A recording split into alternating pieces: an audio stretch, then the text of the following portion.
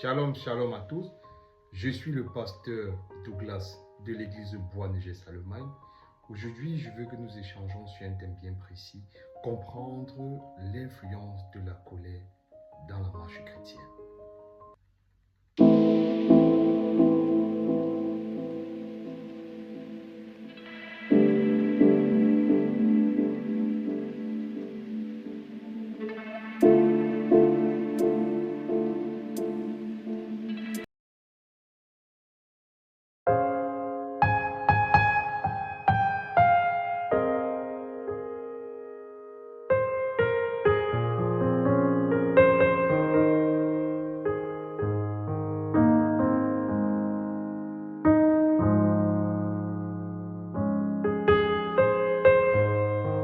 Bienvenue sur la chaîne Bois-Négès Allemagne. Cette chaîne a pour but d'apporter la pureté de l'évangile de Christ et d'étudier la Bible sous un angle prophétique. Donc toi qui regardes cette vidéo, dépendant du lieu où tu te trouves, j'aimerais qu'ensemble nous partageons un thème dont j'ai mentionné au début de cette vidéo, qui est de comprendre l'influence de la colère dans notre marche chrétienne. Ou pour particulièrement dire, quelles sont les conséquences qu'engendre la colère dans notre vie chrétienne. Donc tout d'abord, j'aimerais que nous entrons sur la définition de ce que c'est que la colère. La colère est une émotion que nous ressentons lorsque notre âme a été blessée suite à une offense. Cette offense peut être faite par quelqu'un, par un ami, par un frère, ou dans le monde professionnel, par un chef. Et dépendant des personnes, suite à cette offense, certaines personnes peuvent manifester la colère, la jalousie, la haine. Mais j'aimerais bien qu'on se focalise sur la colère. Donc, suite à une offense qui nous a été faite, notre réaction émotionnelle est la colère. Et lorsque nous avons ce type de réaction, elle peut avoir des conséquences sur plusieurs aspects de notre vie. Mais j'aimerais que dans cette vidéo, nous nous concentrons sur trois aspects. L'aspect marital, l'aspect professionnel et l'aspect relationnel, c'est-à-dire amical. Avant d'aborder le premier aspect qui est l'aspect marital, j'aimerais que tous ensemble, nous regardons d'abord ce verset biblique. Éphésiens 4, verset 26, qui dit « Si tu te mets en colère, ne pêche point, et que la colère et que le soleil ne se couche point sur ta colère. » Pourquoi j'ai choisi spécialement ce verset biblique pour des personnes mariées? C'est parce que nous savons que dans un foyer, il peut parfois arriver qu'il y ait des tensions. Les tensions peuvent être dues à la gestion financière, peut être dues à l'éducation des enfants et plein d'autres choses.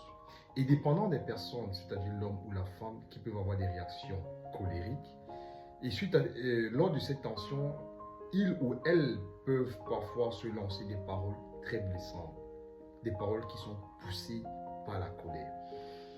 Et une fois que ces paroles sont lancées, nous ne pouvons plus les arrêter. Et quelle est la conséquence de cette parole? Elle peut générer chez notre partenaire ou chez ton partenaire des émotions, des blessures, des fissures, des frustrations qui peuvent engendrer la destruction de votre foyer. C'est pour ça que nous allons encore une fois de plus se référer à ce verset, Éphésiens 4, verset 6. Si tu te mets en colère, ne pêche point. Donc pour des personnes qui sont colériques, lorsque tu te trouves face à ces tensions, il faut contrôler ce qui sort de ta bouche. Parce que la colère n'a qu'un seul but, détruire ton foyer. Détruire ton foyer. Et pour ceux ou celles qui ont reçu ces paroles et qui ont été profondément blessés, référons-nous encore sur le verset biblique qui dit que le soleil ne se couche point sur ta colère. Donc il faut apprendre à pardonner. Il faut apprendre à pardonner à ta partenaire ou à ton partenaire et travailler tous ensemble pour éviter la manifestation de la colère dans votre foyer. Maintenant, je voulais aborder avec toi, avec vous, le deuxième aspect qui est l'aspect professionnel. Mais avant d'aborder cet aspect, j'aimerais que nous regardions tous ensemble ce verset biblique. Proverbe 19, verset 11, qui déclare que l'homme qui a de la sagesse est là en colère et il met sa gloire à oublier les offenses. Nous savons que dans le monde professionnel, nous sommes entourés de collègues bien, de bons collègues, parfois des collègues malsains. Quand j'utilise le terme martien, ça veut dire des collègues parfois que nous sommes en tension. Et certaines personnes, lors d'un travail ou lors d'une dispute, se sont laissés emporter par la colère et ont parfois lancé des paroles très blessantes, poussées par la colère. C'est-à-dire des paroles qui sont portées par la colère. Et qu'est-ce que fait ce collègue qui a reçu ces paroles? Parfois, il n'arrive pas à le digérer et il va aux ressources humaines pour se plaindre. Et parfois, tu peux être convoqué, tu es convoqué aux ressources humaines pour être entendu. Ça peut parfois se conclure par des sanctions ou jusqu'à par un licenciement. Mais j'aimerais que toi et moi, nous regardons l'aspect du licenciement. Ça voudrait dire, donc, lors d'une discussion avec un collègue, tu t'es mis en colère, tu as prononcé des paroles, le collègue, il est allé aux ressources humaines, il s'est plaint, tu as été convoqué, et à la suite de cette convocation, tu as été licencié. Ce que j'aimerais rappeler sur cette chaîne, ou à toi qui me regarde, c'est que dans le monde, l'homme cherche le travail comme il veut, comme cela lui plaît. Mais dans la marche chrétienne, nous ne travaillons pas où nous voulons, nous travaillons où Dieu nous positionne. Parce que le travail que tu effectues est un aspect fondamental dans ta destinée prophétique.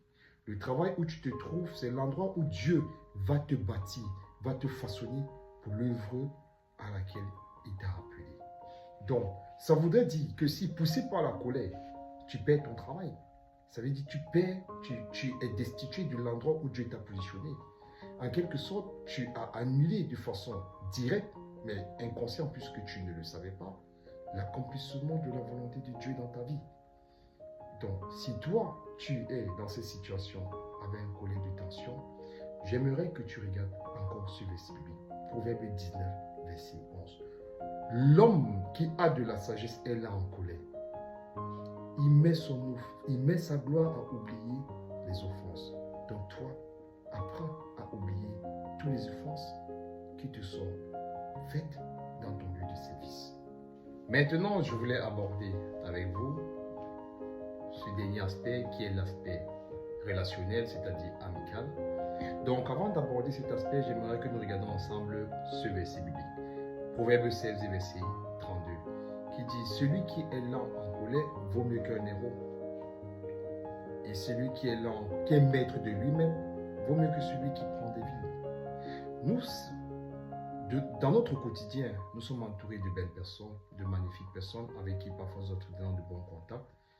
Et il peut arriver parfois que suite à une situation désagréable, poussée par la colère, nous décidons ou nous voulons mettre fin à cette amitié qui nous lie de longue date. C'est-à-dire nous séparer complètement de cette personne parce que nous ne supportons pas l'offense qui a été faite.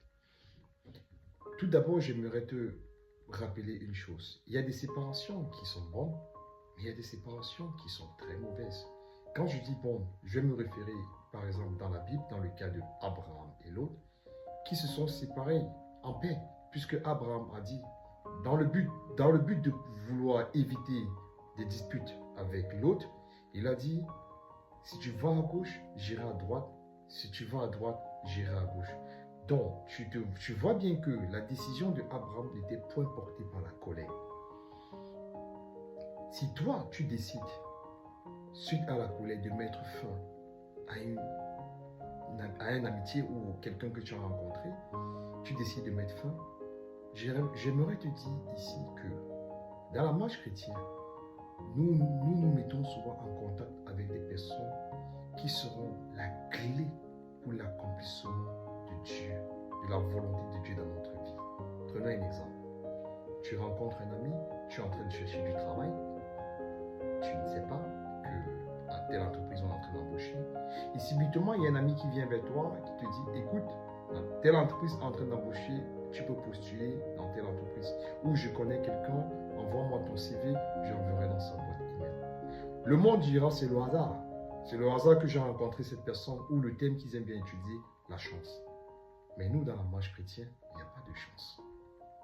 Parce que la personne qui t'a envoyé cette personne vers toi, c'est Dieu. Pour t'ouvrir la porte, pour t'amener sur le chemin qu'il a prédestiné pour toi. Ça voudrait dire que dans la marche chrétienne, nous avons besoin de rencontrer certaines personnes qui seront la clé, qui seront comme une porte d'accès à la volonté de Dieu. Donc réfléchis plusieurs fois avant de mettre fin à tout compte, avant de mettre fin à toute relation amicale avec une personne, parce que tu ne sais pas qui est cette personne et que ce que Dieu a prévu de faire dans ta vie à travers cette personne. Donc, nous venons de voir l'influence que la colère peut avoir sur 3 aspects de notre vie. L'aspect marital, l'aspect professionnel et l'aspect amical. En conclusion, j'aimerais que nous regardions ce verset biblique, Jacques chapitre 1, verset 19 à 20, qui dit « Sois lent à parler, sois prompt à écouter, lent à parler, lent à te mettre en colère, parce que la colère n'accomplit pas la justice de Dieu. » Ça voudrait tout simplement dire que la colère a un seul but dans ta vie, détruire la volonté de Dieu. Te pousser à faire des choix, à prendre des décisions pour t'éloigner de la volonté de Dieu, de ce que Dieu a établi pour toi avant que tu ne naisses. Sur ce, je te souhaite bonne soirée. Sur ce, je vous souhaite une bonne soirée. Abonne-toi à la chaîne. Nous sommes disponibles sur TikTok, sur Facebook, sur YouTube. Donc, abonne-toi pour plus de vidéos. Rejoins-nous. Comme j'ai dit au début de la vidéo, le but de cette chaîne, c'est d'apporter la pureté à l'évangile de Christ et d'étudier la Bible sous un angle prophétique.